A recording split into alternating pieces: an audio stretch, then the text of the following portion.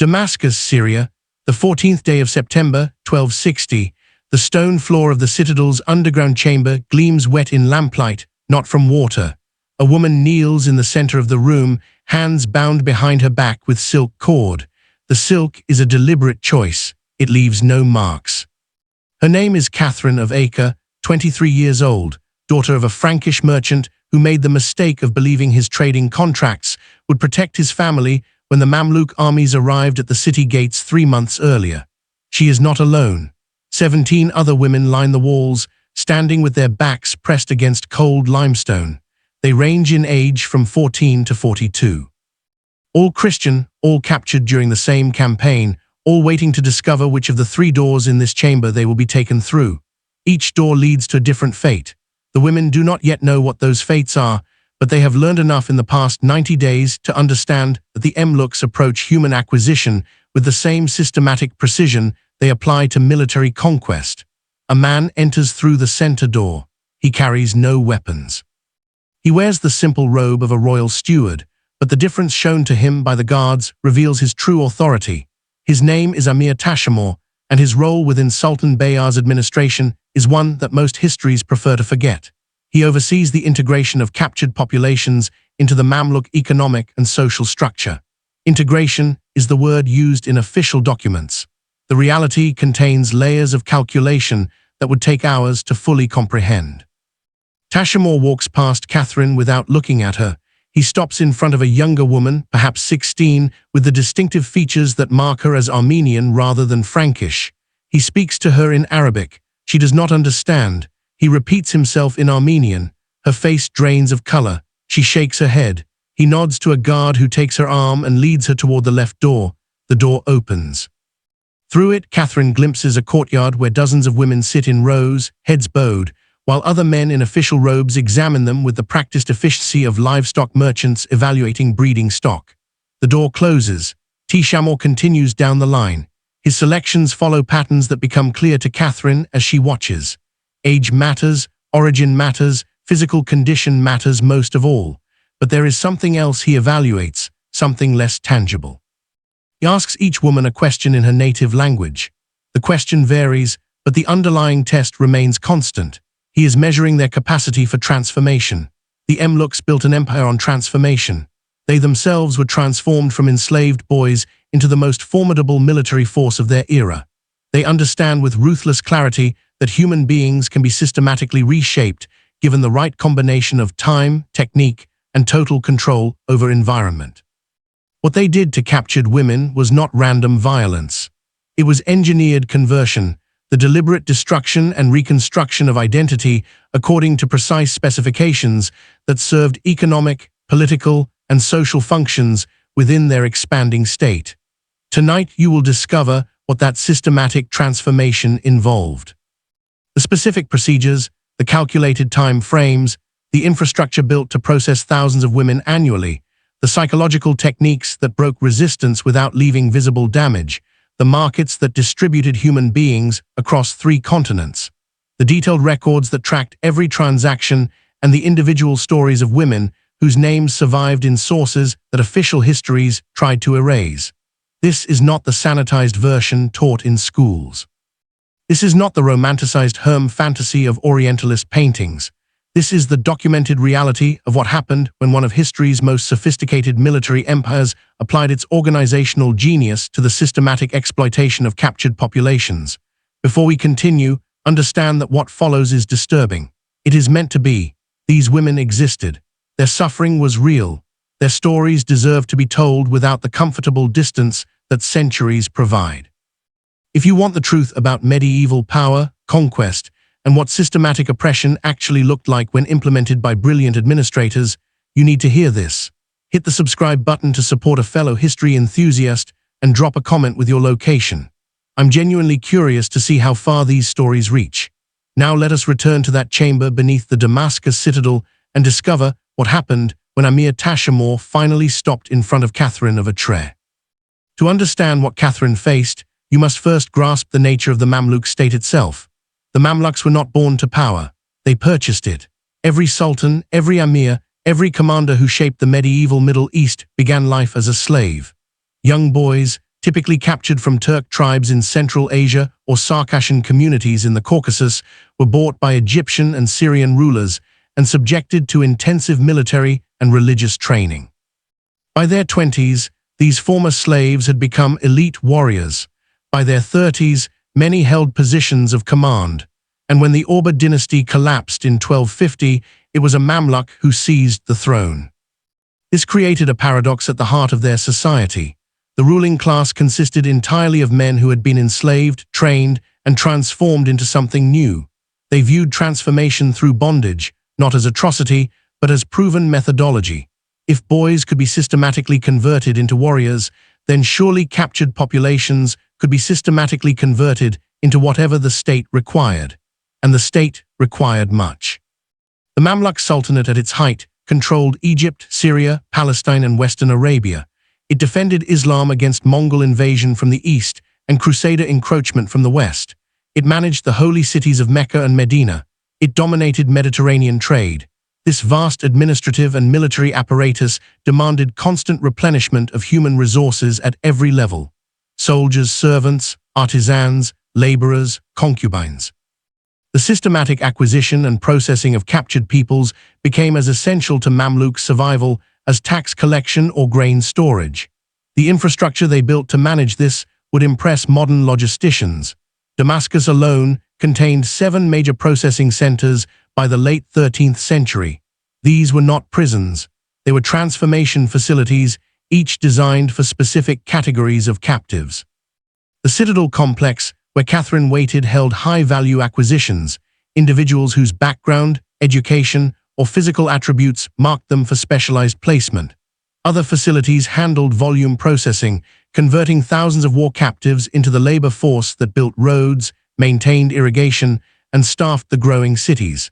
The system operated with documented efficiency.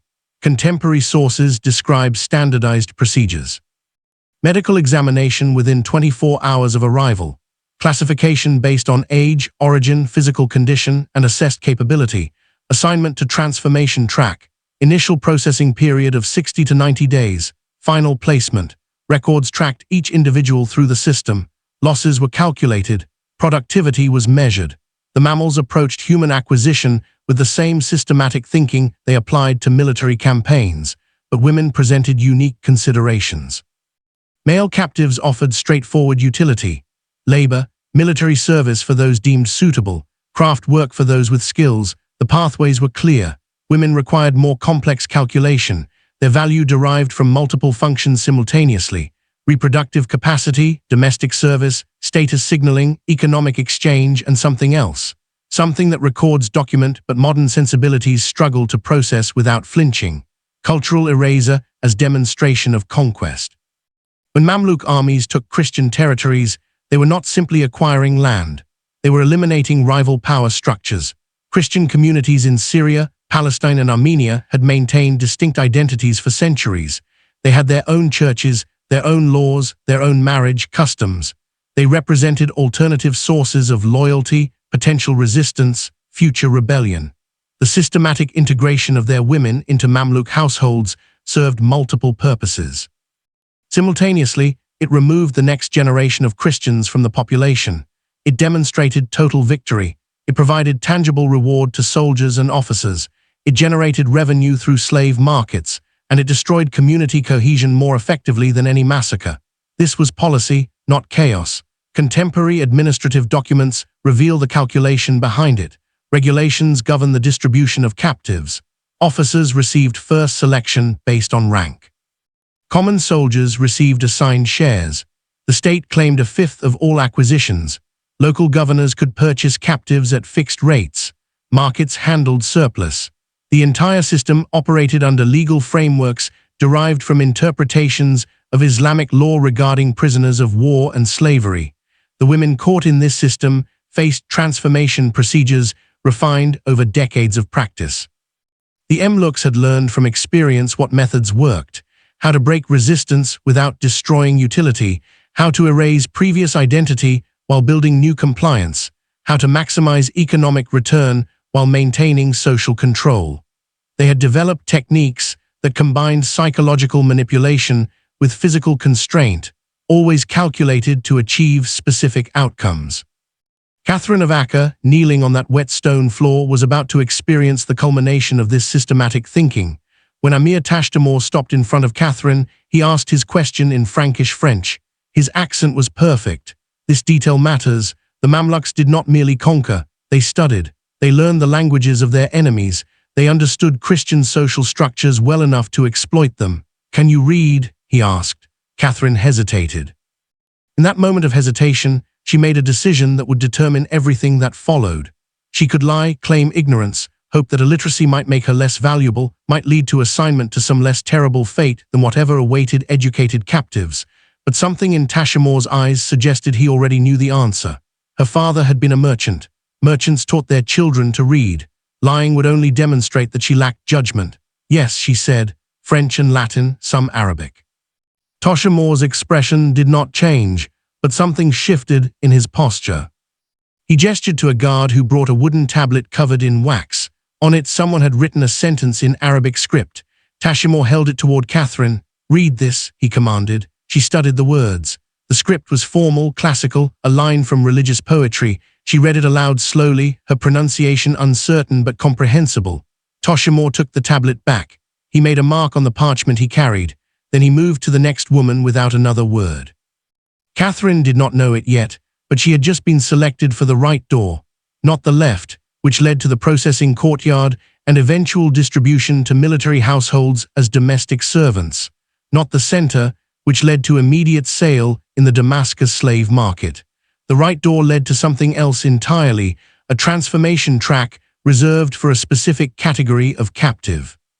Women who possessed education, linguistic ability, or other skills that made them suitable for placement in administrative households. This sounds almost merciful until you understand what administrative household placement actually meant. 3 days later, Catherine was taken through that right door.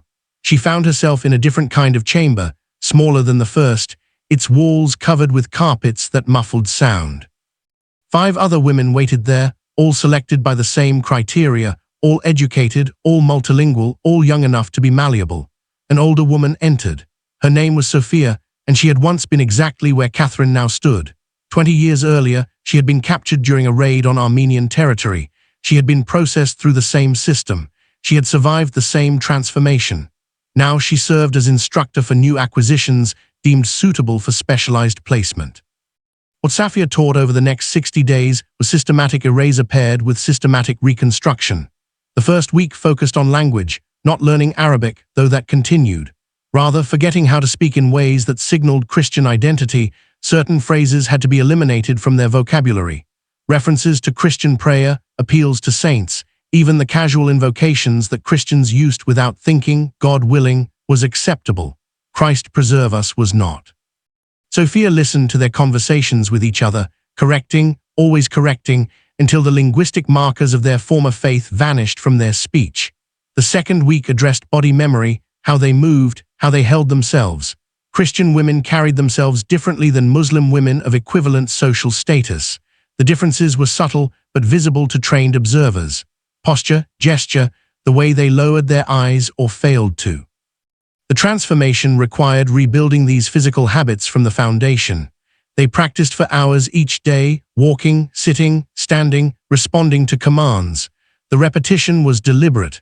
The body needed to forget its previous patterns before new ones could take root. The third week introduced household management, not cooking or cleaning, tasks that lower status captives learned. Administrative household placement meant managing other servants, maintaining account books, handling correspondence for women of the household who might not be literate themselves. Catherine's ability to read and write became her primary function. She learned the specific formats used in Mamluk administrative documents, the proper forms of address, the hierarchies that governed every interaction. The fourth week brought the most difficult lessons. These were the transformations that could not be practiced, only explained and prepared for. Sophia spoke with clinical precision about what would be expected in the household where Catherine would eventually be placed, the nature of access that male household members would have, the responses that were required. The absolute necessity of compliance presented not as moral instruction but as survival strategy. Resistance is waste, Sophia explained, her voice devoid of emotion. The household has invested in your acquisition and training. Resistance damages that investment. Damaged investments are discarded. You have seen the markets. You understand what discard means. Catherine had seen the markets during her first week in Damascus, a brief excursion that served as object lesson more than orientation. The lower-tier markets, where damaged goods were sold at deep discount. Women whose resistance had marked them as untrainable. Women whose physical damage made them unsuitable for anything except the hardest labor. Women who would be worked until they died. A process that typically took between 2 and 5 years, according to the mortality calculations that administrators tracked with the same precision they tracked grain harvests. The message was clear: submit to transformation or be transformed into something even worse. By the 8th week, Catherine barely recognized herself. She moved differently. She spoke differently. She thought differently. The constant reinforcement had created new patterns that felt almost natural. When she caught her reflection in the polished bronze mirror that hung in the training chamber, she saw someone who could pass for a woman born into a Mamluk administrative household. Someone who belonged. This was the goal. Not mere compliance, but internalized identity shift. The mammal understood something that modern psychology would not articulate for centuries. Given sufficient time and total control over environment, human identity is far more malleable than most people believe. Catherine had not been broken, she had been rebuilt. The 9th week brought her placement. The household of Amir Kalawan occupied an entire district block in Damascus. Kalawan would eventually become Sultan, though in 1260 he was merely one of Sultan Babar's most trusted commanders. His household reflected his rising status. 37 soldiers, 18 administrative staff, 43 domestic servants, and 11 women in the harem section, each with their own rank and function within the household hierarchy. Catherine arrived in a closed sedan chair, accompanied by Sophia and 2 guards. The transfer was documented. Papers changed hands. Payment was recorded. She had cost Kalawan 600 dirhams, a substantial sum that reflected her assessed value. Educated, trilingual, trained in administrative household management, the investment carried expectations. Sophia departed immediately after the transfer. Catherine never saw her again. Years later, Catherine would wonder if Safia felt anything during those departures, handing over women she had spent months training to households where their fates would unfold beyond her sight. Or if the transformation process that had reshaped Catherine had first reshaped Safia so thoroughly that such transfers had become merely transactions, as mechanical as recording ledger entries. The head of Kohan's harem was a woman named Zara. She was not a captive. She was Corwin's first wife.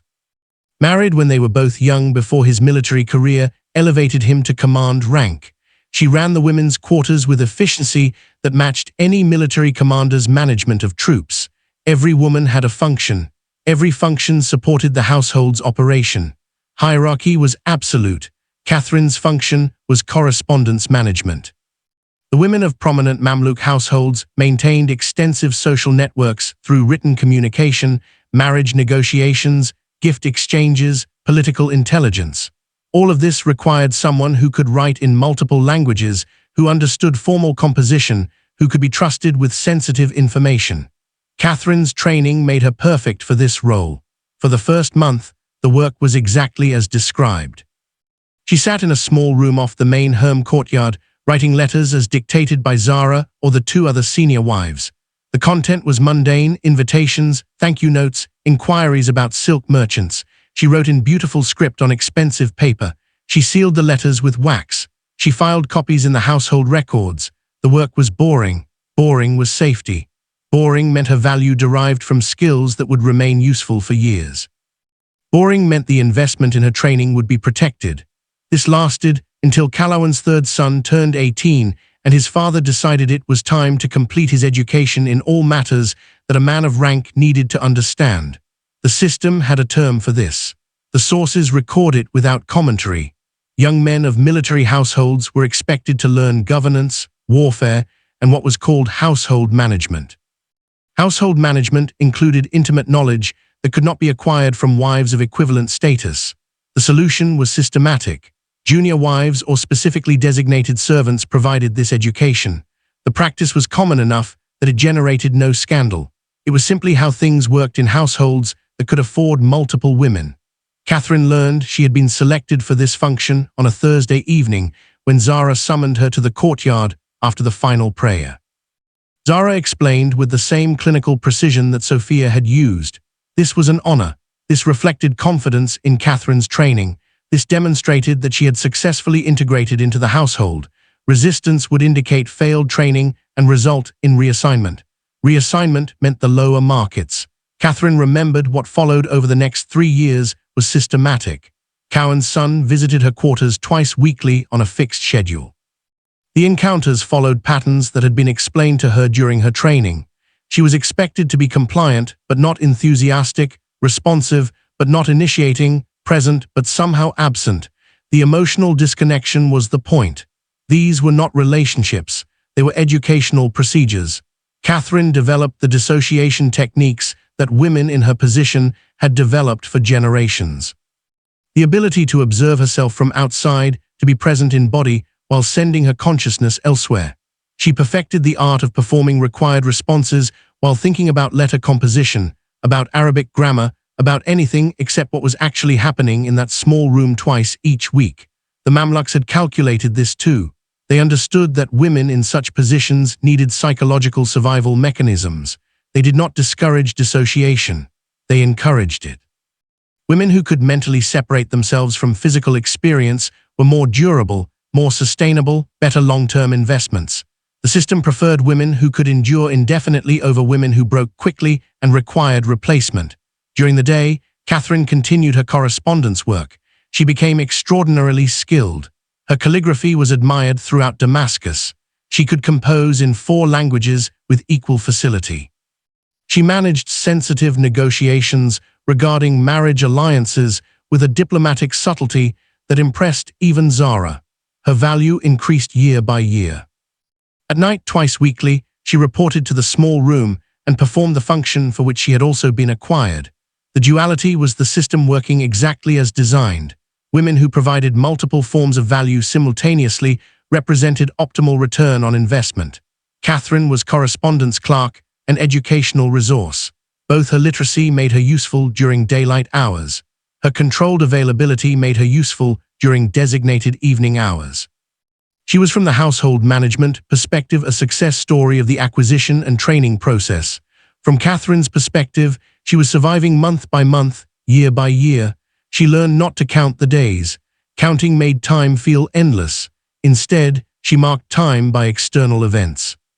When Kalawan became Sultan in 1279, when his son married and stopped requiring her educational services, when she was assigned to train a newly acquired Armenian girl in correspondence management, that last assignment broke something in her that 3 years of systematic exploitation had failed to touch.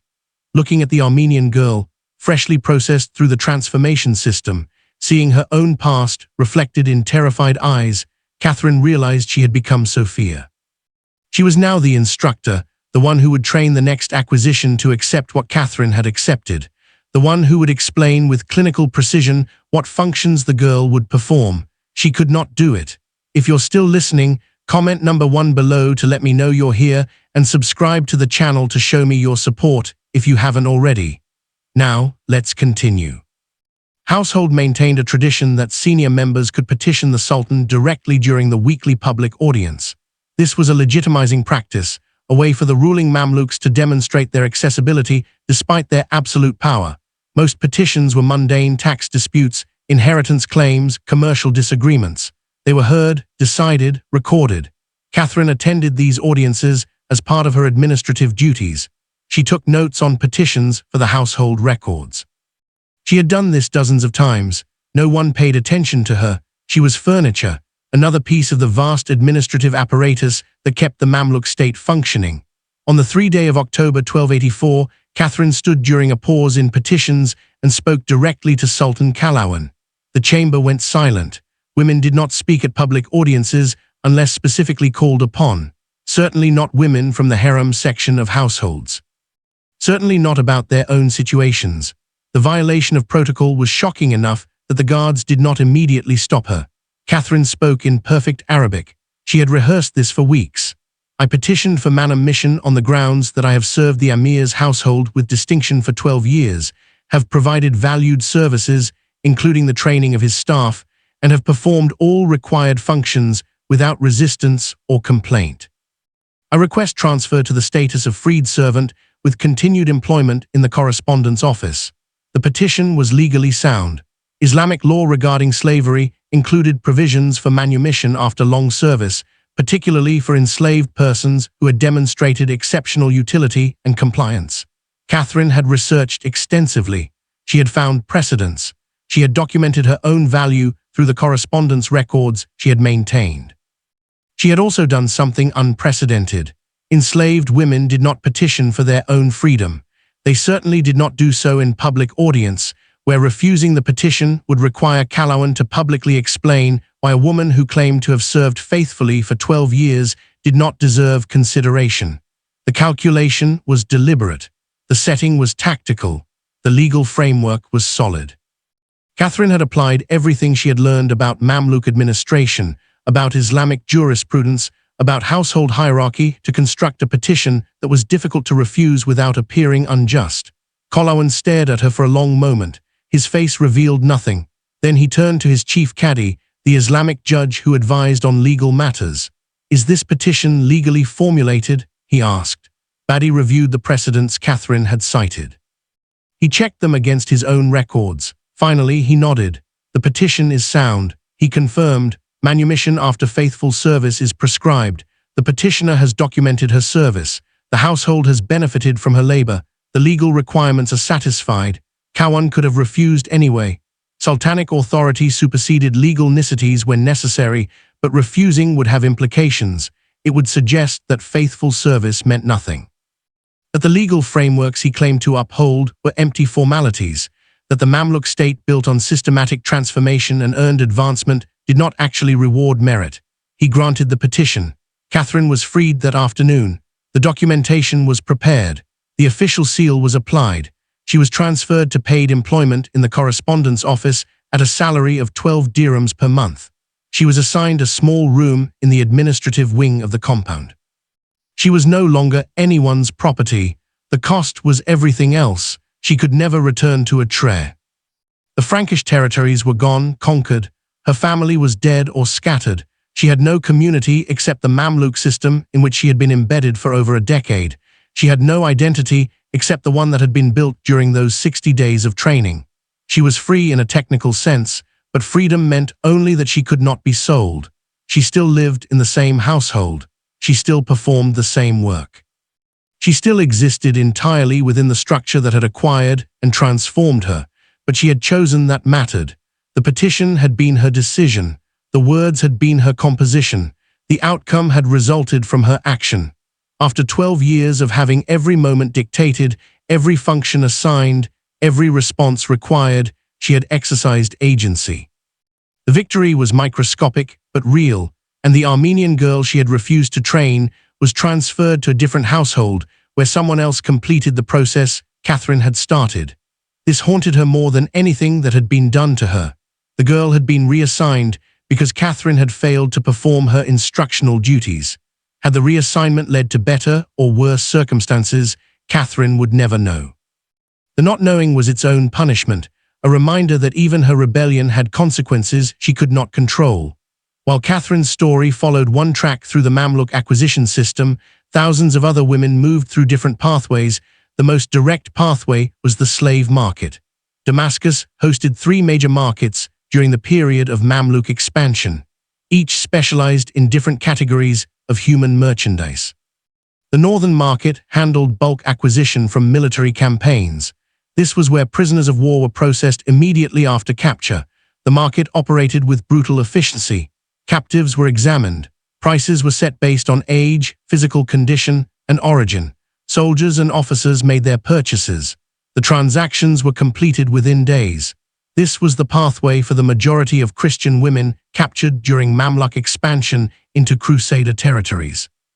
A woman named Isabella of Tripoli passed through the northern market in the summer of 1289. She was 38 years old when Mamluk forces took Tripoli, older than the premium age for acquisition, but healthy and experienced in household management. She had managed her husband's estate before the siege. This experience gave her residual value, even at an age when younger women commanded higher prices. The examination in the northern market was humiliating but brief. She was required to stand in a line with 40 other women from Tripoli. Prospective buyers walked past asking questions, occasionally requesting that a woman demonstrate her teeth or her hands. Isabella was purchased by a minor military officer for 200 dirhams, a mid-range price that reflected her age balanced against her evident capabilities. Her purchaser was not cruel. This is important to understand. He was simply operating within a system where human acquisition was normal commercial activity. He needed someone to manage his household. His wife had died 6 months earlier. He had 3 children who required supervision. Isabella, with her demonstrated household management experience, fit his requirements exactly. She was taken to his residence that same afternoon. The transfer was matter of fact. He showed her the kitchen, the children's rooms, the courtyard where laundry was done. He explained her duties, which were extensive but comprehensible. Cook, clean, manage the other servants, 2 younger women who handled heavy labor, ensure the children were fed, clothed, educated. In any other context, this would have been employment. Isabella had performed similar work in Tripoli. The fundamental difference was that she could not leave, could not negotiate terms, could not demand payment beyond food and shelter.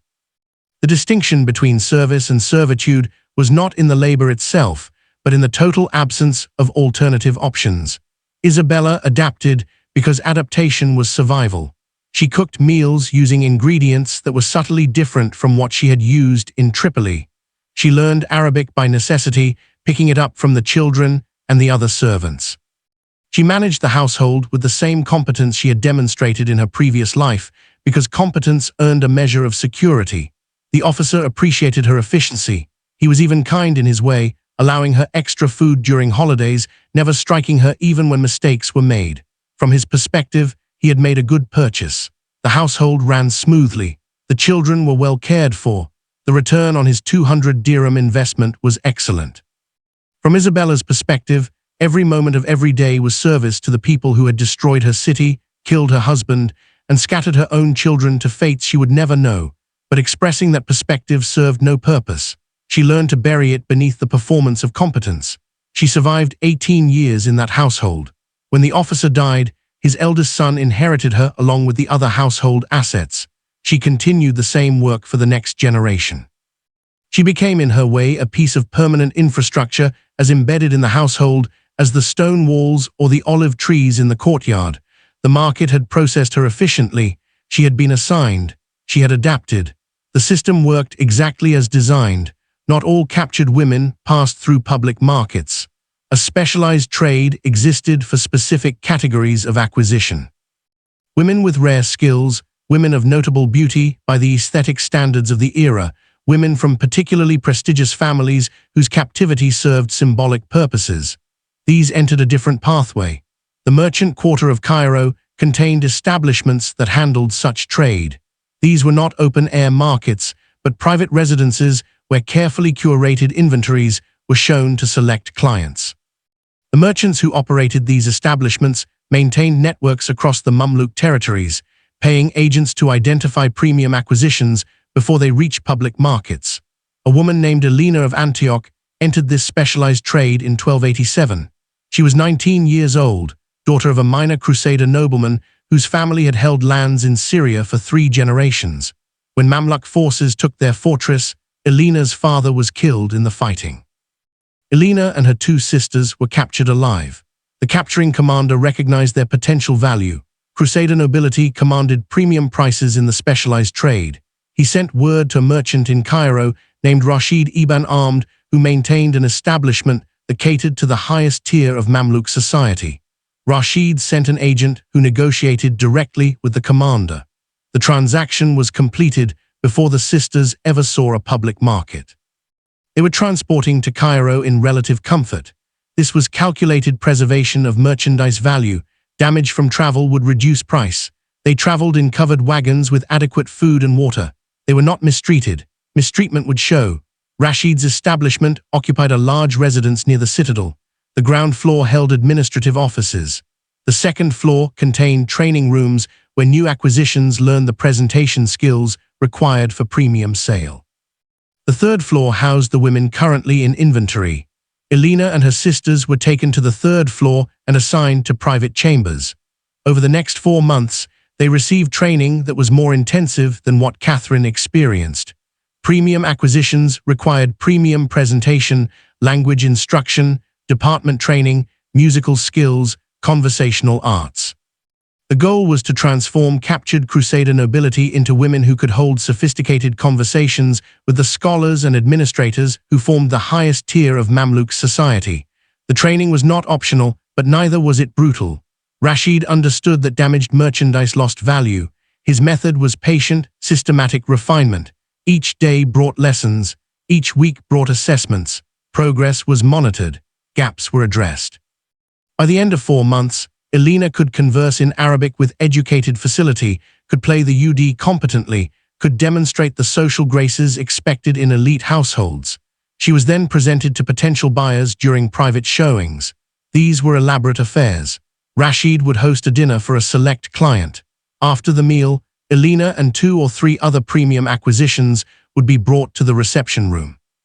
They would demonstrate their accomplishments, play music, recite poetry, converse on literary or philosophical topics.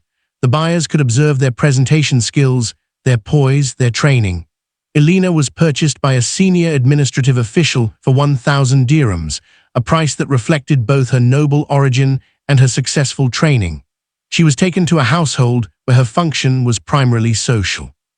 She attended gatherings of elite women, representing the household's status through her accomplishments and conversation. She was decorative in a sense, but decorative in the way that fine art is decorative. Her value derived from the cultivation and sophistication she could demonstrate. Her sisters followed similar pathways. One was purchased by a wealthy merchant who appreciated educated conversation partners. The other entered the household of a senior military commander. Both commanded premium prices. Both were treated relatively well by the standards of the system. Both lived comfortable lives materially speaking, yet all 3 existed in the same fundamental condition as Isabella in her officer's household or Catherine in her correspondence office. They could not choose differently. They could not leave. They could not determine the basic parameters of their own existence. The comfort was real. The accomplishment was real. The total absence of self-determination was equally real. The specialized trade represented the system's highest tier, the most refined expression of acquisition and transformation. It proved that the Mamluk approach to captured populations could produce results that satisfied even the most discriminating buyers. Elena, with her musical skills and philosophical conversation, was a success story of systematic human refinement. She was also a 19-year-old girl torn from her family and systematically reshaped into a product. Not every captured woman adapted successfully to the transformation process. Some resisted. The system had developed specific responses to resistance, responses that were documented in administrative records with the same clinical detail applied to successful integrations. A woman named Marguerite of Jerusalem attempted escape 3 times during her initial processing period. She was 26 when captured, old enough to have developed a fixed sense of identity that proved resistant to the transformation techniques. She had been married, had borne 2 children, had lived independently. The psychological techniques that worked on younger captives failed to reshape her fundamental self-conception. Her first escape attempt came during her 2nd week in the Damascus processing center. She climbed a wall during the exercise period and made it 3 streets before guards caught her. She was returned to the facility and placed in isolation for 7 days. Isolation was standard response to escape attempts. Removal of all social contact, minimal food, complete sensory deprivation, except for twice-daily visits from instructors who explain the consequences of continued resistance. After 7 days, Marguerite was returned to the general population. She resumed training. She appeared compliant. 2 weeks later, she attempted escape again. This time, she made it to the Christian quarter of Damascus before being caught. The punishment escalated. 20 days of isolation, reduction in food rations, extended questioning sessions where administrators attempted to understand what motivated her resistance. The questioning revealed something that the records document with surprising honesty. Marguerite believed her children might still be alive. She had not seen them killed during the capture of Jerusalem. She thought perhaps they had survived. Perhaps they had been taken somewhere else. Perhaps if she could escape, she could find them. The administrators used this information strategically. They told her that continued escape attempts would mark her as untrainable. Untrainable acquisitions were sold to hard labor operations. Women sent to hard labor typically died within 2 years. If her children were alive and were searching for her, they would never find a corpse in a limestone quarry. But if she completed her training, accepted placement, and survived, there remained a possibility, however remote, that she might one day encounter information about her children's fate. This was manipulation of the cruelest precision. They offered hope as a tool of compliance. The hope was almost certainly false. The children were almost certainly dead, but the possibility, however microscopic, was sufficient to alter Margaret's calculation. She stopped attempting escape. She did not, however, become successfully compliant. She completed the required training but remained resistant in subtle ways. She spoke Arabic with deliberately poor pronunciation. She performed tasks adequately but never excellently. She demonstrated the minimum acceptable effort in all areas. This was passive resistance, the kind of resistance that administrators noted but tolerated because it did not disrupt operations as dramatically as escape attempts. She was eventually placed in a mid-tier household as a general servant. The placement reflected her assessed value. She could perform basic tasks but would never demonstrate the excellence that marked premium acquisitions. Her sale price was 300 dirhams, middle of the market. The household where she was placed was not particularly harsh. The work was hard but not impossible. Cooking, cleaning, laundry, the same domestic labor that women throughout history have performed. The difference was that Margaret performed it while maintaining an internal identity separate from the role imposed upon her. She remained Margaret of Jerusalem in her own conception, even as her body performed the functions of a Mamluk household servant. This internal resistance was its own form of survival. It was also its own form of suffering. Maintaining dual identity required constant psychological effort. Every task performed was a reminder that her body did things herself rejected. Every day was an exercise in cognitive dissonance. She survived, but at tremendous mental cost. 23 years later, when she was 49 years old, Margaret encountered a Christian merchant in the Damascus market. He was one of the few remaining Christians who maintained trading privileges under Mamluk rule. She approached him during a moment when her overseers were distracted. She asked if he had ever heard of 2 children from Jerusalem, names and descriptions provided. He had not, but he made inquiries on her behalf over the following months. Eventually, he learned that children matching those descriptions had been recorded as casualties during the Jerusalem siege. They had died decades earlier. Margaret had maintained her resistance, her internal identity, her hope for 23 years based on a possibility that had ended before she ever entered the Damascus processing center. The merchant, moved by her situation, offered to purchase her freedom. By this point, she was too old to command significant value. He negotiated a price of 50 dirhams. She was manumitted at age 50. She lived 4 more years as a freed woman, working in the merchant's household as paid labor. She died in 1234, 38 years after her capture. The merchant ensured she was buried in a Christian cemetery with her birth name on the marker, Margaret of Jerusalem. Not the name assigned to her during processing, not the identity they had attempted to impose. Her original name, a final assertion of resistance. The Mamluk acquisition system operated for over 2 centuries. Tens of thousands of Christian women passed through its various pathways. The effects extended beyond individual stories into generational transformation of entire populations. A woman named Anna was born in Damascus in 1320. Her mother had been captured during a raid into Armenian territory 15 years earlier. Her father was the Mamluk officer who had purchased her mother. Anna's existence was the direct product of the acquisition system, a second-generation effect. Anna's legal status at birth was complex. Islamic law held that children born to enslaved mothers inherited their mother's status. Anna was technically born into servitude. However, Mamluk practice often deviated from strict legal interpretation. Officers who fathered children with enslaved women frequently manumitted both mother and child, legitimizing the offspring. Anna's father followed this practice. He freed Anna's mother when Anna was born. He acknowledged Anna as his daughter. She was raised in his household with the same privileges as children born to free wives. though her position remained ambiguous in ways that would shape her entire life. She was educated. She learned to read and write. She studied religious texts. She was by any objective measure a woman of privilege within Mamluk society, yet she carried knowledge that her mother had been captured, had been enslaved, had been transformed through systematic processes before becoming the woman who raised Anna. This knowledge created fractures in Anna's identity. She was Mamluk and Armenian both. She was privileged and product of exploitation simultaneously. She belonged fully to neither the community of her mother's origin nor the Mamluk elite into which she had been born. She existed in the liminal space created when systematic human acquisition produces children who embody the merger of captor and captive populations. When Anna reached marriageable age, her father arranged her marriage to another Mamluk officer's son. This was standard practice for daughters of the military elite. The marriage was comfortable. Her husband treated her with respect. She bore 3 children. Her life was externally indistinguishable from any other woman of her social rank, but she carried her mother's story. She knew the transformation chambers. She knew the markets.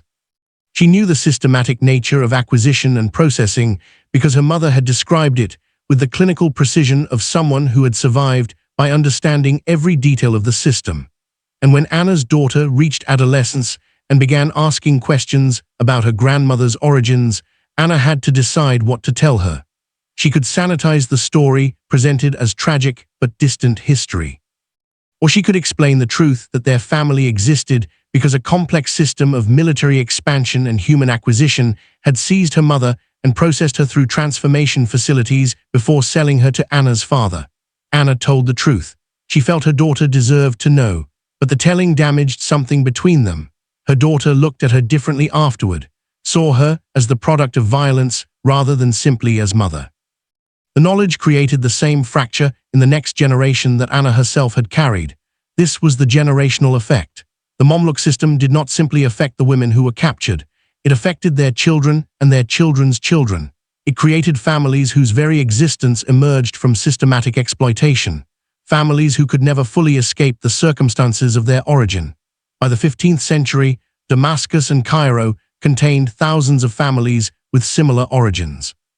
The Christian population of Syria had been so thoroughly integrated into Mamluk society that distinct Christian communities had largely dissolved. Some families maintained Christian identity through careful private practice. Others converted fully to Islam. Many existed in the ambiguous middle space where their ancestors' origins were known but no longer actively acknowledged. The system had achieved its objective.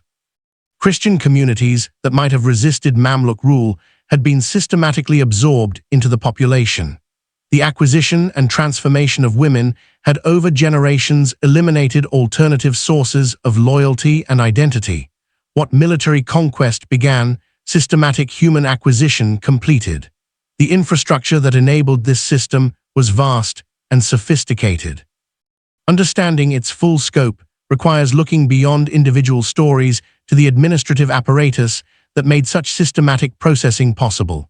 The Damascus Citadel complex included not only processing chambers, but also medical facilities where acquisitions were examined for communicable diseases, training wings where transformation procedures were implemented, housing for instructors like Safia who had themselves been products of the system, administrative offices where transactions were recorded, storage for the documented records that tracked every acquisition, training outcome, placement, and subsequent transfer.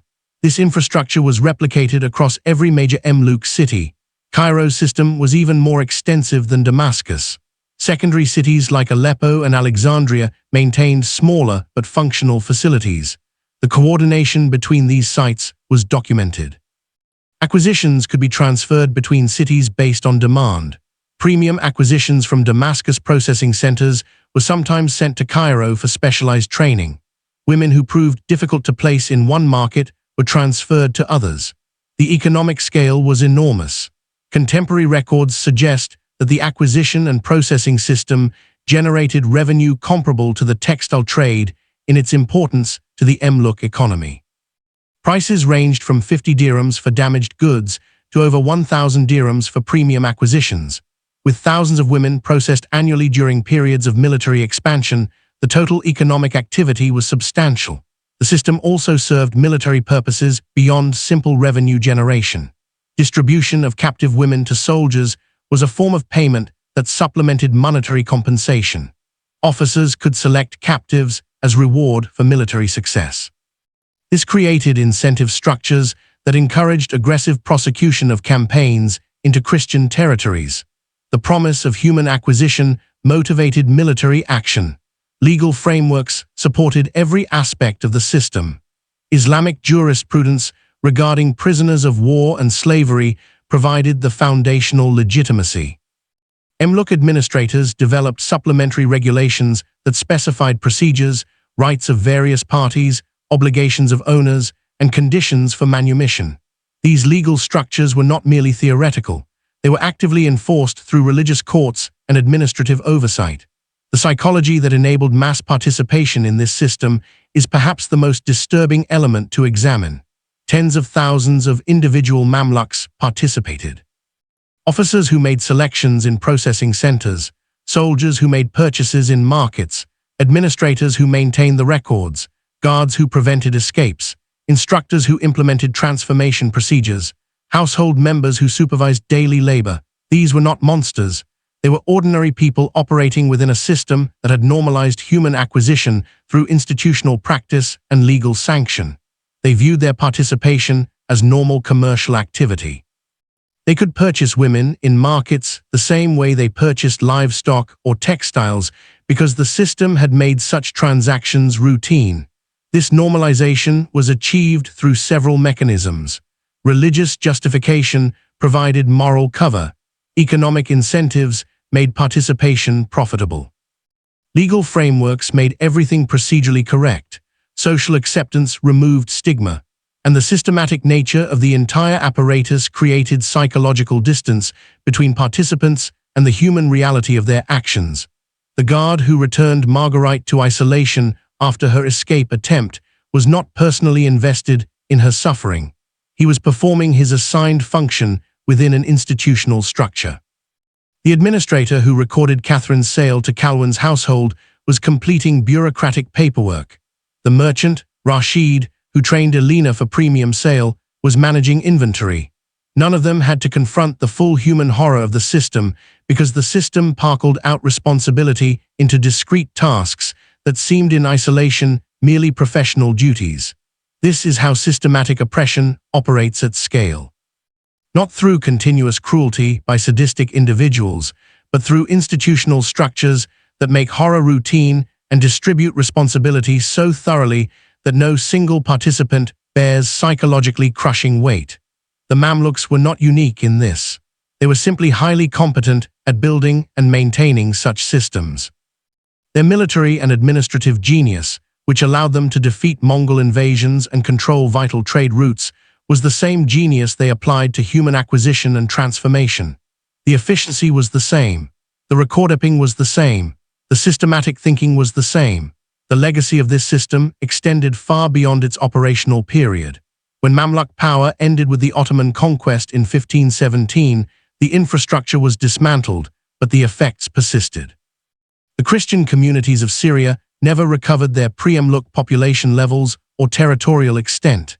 Entire towns that had been Christian majority became Muslim majority through the generational effects of systematic acquisition. Family lines were permanently altered. Cultural practices were lost. Languages disappeared. Genetic studies of modern Levantine populations show evidence of extensive population mixing during the Mamluk period. This genetic legacy is the biological record of systematic acquisition and transformation. Every woman who bore children within the system contributed to permanent population change. The DNA of modern Damascus contains traces of Armenian, Frankish, and Greek ancestry introduced through processes that contemporary observers would prefer to forget. The eraser attempt was systematic as well. Later historians, both Muslim and European, tended to minimize or romanticize what occurred. The harem became a fantasy of Orientalist imagination rather than a realistic examination of how such institutions actually functioned. The slave markets became sanitized references in historical texts rather than detailed analysis of systematic human trafficking. The transformation centers disappeared from popular historical narrative entirely. This erasure served psychological purposes for later generations. Acknowledging the full systematic nature of what occurred would require confronting uncomfortable questions about how sophisticated societies manage conquest and about how ordinary people participate in institutional oppression. Easier to focus on battles and treaties, on sultans and military campaigns, than on the processing centers and training chambers where systematic transformation destroyed and rebuilt human identities. But the records survived. Administrative documents, court records, purchase receipts, training manuals, private correspondence. The Mamluks' own bureaucratic thoroughness preserved evidence that later generations preferred to ignore. Recent scholarship has begun examining these sources with less sentimentality. The systematic nature is becoming clear. The scale is becoming understood. The individual stories are emerging from archival silence. We return now to Catherine of Acre, kneeling on wet stone in a Damascus processing chamber, waiting to discover which door would determine her fate, when Amir Tashimor gestured her toward the right door. Catherine stood and walked toward it with steady steps. She did not know what awaited beyond that door. She only knew that a decision had been made about her future by someone who had assessed her with the same calculation applied to military logistics. The right door led to 12 years of systematic exploitation, but it also led to survival, to eventual manumission, to decades of life that might have been stolen entirely if she had been assigned to the left door or the center door instead.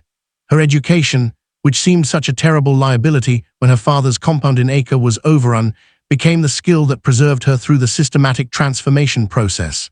She lived to age 63, dying in Damascus in 1315. She never returned to Acre. The Crusader territories had been conquered permanently by the time she gained her freedom, but she maintained contact with the few remaining Christian communities in Damascus. She taught young women to read and write, passing on skills that might otherwise have been lost. She lived a quiet life of minimal means and maximal dignity. Her story was neither purely tragedy nor simple survival. It was complex truth. She was destroyed in many ways by what the system did to her. She was also shaped by it into someone who could navigate that system and eventually escape its absolute control. Both things are true simultaneously. The thousands of other women whose stories paralleled hers in various details faced similar complexity. Isabella cooking meals for the family that had destroyed hers. Ilelana playing the oud in elite gatherings while remembering her father's death. Marguerite maintaining hope against reality for decades. Anna raising her own children while carrying her mother's transformation as part of her identity. None of their stories fit comfortable categories. They were not passive victims awaiting rescue. They were not willing participants in their own exploitation. They were human beings trapped in systematic structures that gave them limited options and forced them to make impossible choices from among terrible alternatives. What happened to them was calculated policy, not random violence. It was administered through sophisticated infrastructure, not spontaneous chaos. It was legally sanctioned, economically integrated, and socially normalized. This makes it more disturbing, not less. Systematic oppression implemented with administrative competence is more horrifying than disorganized atrocity, precisely because it demonstrates how easily societies can make horror routine. The Mamluk acquisition system was one expression of this human capacity for systematic horror. It was not the only such system in history. It was not even unique to its time period, but it was documented with unusual thoroughness, and those documents survived to force confrontation with uncomfortable truths about conquest, power, and what societies are capable of when they apply organizational genius to human exploitation. These women existed. Their suffering was real. Their names were recorded in sources that official histories preferred to exclude. Telling their stories is not sensationalism. It is acknowledgement. It is resistance to the erasure that the system's designers would have preferred. It is insistence that the victims of systematic oppression deserve to be remembered as individuals with names, histories, and the same human complexity that everyone carries. Catherine of Acre, Isabella of Tripoli, Elena of Antioch, Marguerite of Jerusalem, Anna of Damascus, and the thousands whose names were not preserved but whose existence shaped the world we inherited. They deserve to be remembered. Their stories deserve to be told without the comfortable distance that sanitizes atrocity into abstract historical process. What was done to them was done by people, systematic people, administrative people, efficient people. Understanding this is essential because the capacity for systematic horror did not end with the Mamluk Sultanate. It remains part of what human societies can do when they combine organizational competence with moral permission and institutional structure. The lesson is not that the past was uniquely terrible. The lesson is that systematic oppression requires systematic infrastructure, and that infrastructure requires ordinary people willing to perform their assigned functions without confronting the cumulative horror their participation enables. If you found this examination valuable, if you believe these stories deserve to be known without sanitization or comfortable distance, hit that subscribe button. Drop a comment with your location so we can understand how far this history reaches, and stay for the next video where we will examine another systematic structure that history preferred to forget, but that documentary evidence refuses to let us ignore. These voices deserve to be heard. These stories deserve to be told. The comfortable narratives that exclude such systematic horror are false narratives. The truth is harder but necessary. Remember their names.